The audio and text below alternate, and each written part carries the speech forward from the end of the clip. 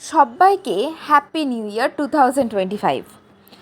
নতুন বছরে নতুন এক গল্প নিয়ে হাজির হলো ডিয়ার স্টোরি কর্নার। আমাদের আজকের গল্প এক কচ্ছপ ও দুটি রাজহাঁসের।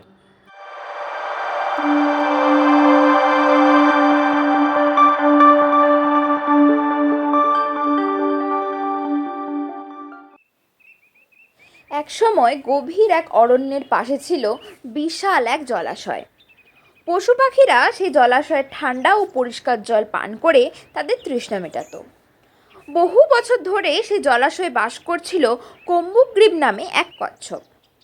একদিন দুটি রাজহাঁস ও অনেক দূরের কোনো এক জায়গা থেকে উড়তে উড়তে খুব তৃষ্ণার্ত হয়ে সেই জলাশয়ের ওপর এসে নামলো প্রাণ ভরে জল পান করার জন্য। তাদের একজনের নাম শঙ্কট আর অন্যজনের নাম বিকট। তারা সারাদিন ধরে সে নির্মল জলে সাঁতার কেটে খেলা করে বেড়ালো।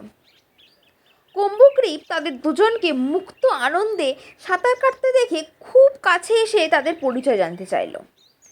এইভাবে তারা পরস্পরের সঙ্গে পরিচিত হলো। প্রতিদিন রাজহাঁস দুটি সেই জলাশয়ে এসে মন্থর গতিতে সাঁতার কেটে খেলা করে যেতে লাগলো। রাজহাঁস দুটি আর কচ্ছপটির মেলামেশার ফলে একদিন তাদের মধ্যে গড়ে উঠল প্রগাঢ় বন্ধুত্ব। এইভাবে তাদের দিনগুলো কেটে যেতে লাগলো পরম সুখ আর আনন্দের মধ্যে দিয়ে। কিন্তু দুর্ভাগ্যবশত একবারে বর্ষার ঋতুতে প্রকৃতির দেবী সদয় হলেন না। সে বছর প্রয়োজনের তুলনায় অনেক কম বৃষ্টিপাত হলো। তার ফলে পরবর্তী গ্রীষ্মকালে সেখানকার নদী নালা, খাল, বিল, পুকুর আরও বড় বড় জলাশয়গুলো শুকিয়ে গেল। আর পর্যাপ্ত জলের অভাবে ব্যাপক হারে মারা যেতে লাগলো অসংখ্য জলজ প্রাণী। অকস্মাৎ এমন বিপদ দেখা দিতেই কম্বুগ্রীব অসম্ভব রকমের ভীত হয়ে পড়ল। শঙ্কট ও বিকট আর সেখানে আসার অনিচ্ছা প্রকাশ করে বলল তারা অন্য কোনো জলাশয় খুঁজে বের করে নেবে এবং সেখানে মনের আনন্দে স্বচ্ছ গভীর জলে সাঁতার কেটে আর খেলা করে বেড়াতে পারবে। তাদের কথা শুনে কম্বুগ্রীব ভীষণভাবে বিমর্ষ হয়ে পড়ল এবং ক্ষোভ প্রকাশ করে বলল তাকে সেখানে এভাবে একা একা থাকতে হলে তার মারা যাওয়া ছাড়া আর অন্য কোনো উপায় থাকবে না। ভগবান যদি তাকে তাদের মতন ডানা মেলে উড়ে যাবার আশীর্বাদ দিয়ে পৃথিবীতে পাঠাতেন তাহলে সে তাদের সঙ্গী হতে পারত। শঙ্কট আর বিকট এই বন্ধুর ভবিষ্যতের পরিণতির কথা চিন্তা করে অত্যন্ত মোহমান হয়ে পড়ল। এবার তিন বন্ধু মিলে চিন্তা করতে লাগলো কিভাবে কচ্ছপ বন্ধুকে এই বিপদ থেকে উদ্ধার করা যায়। অনেক চিন্তা ভাবনার পর কম্বুগ্রীবই একটা উপায় খুঁজে বার করলো।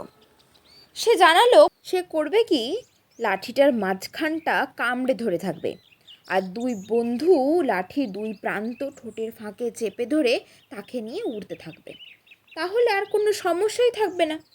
তারা তাহলে নির্দিষ্ট জলাশয়ে গিয়ে পৌঁছতেও পারবে।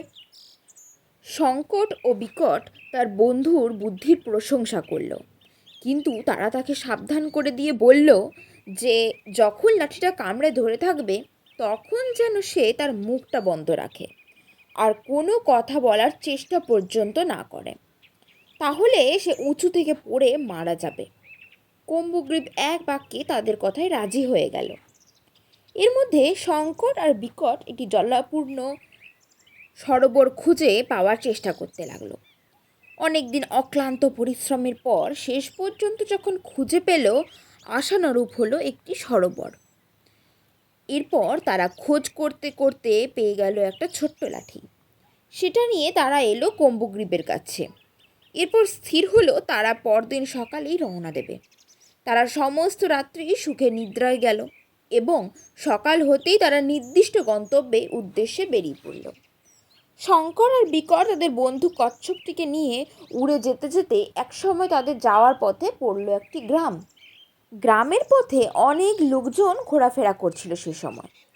হঠাৎ এ ধরনের এক আশ্চর্যজনক দৃশ্য দেখে তারা সকলে মিলে হাততালি দিয়ে হইচই কোলাহল করে উঠল। সেই শব্দ শুনে কম্বুগ্রীব বলতে গেল, লোকগুলো এত চিৎকার করছে কেন?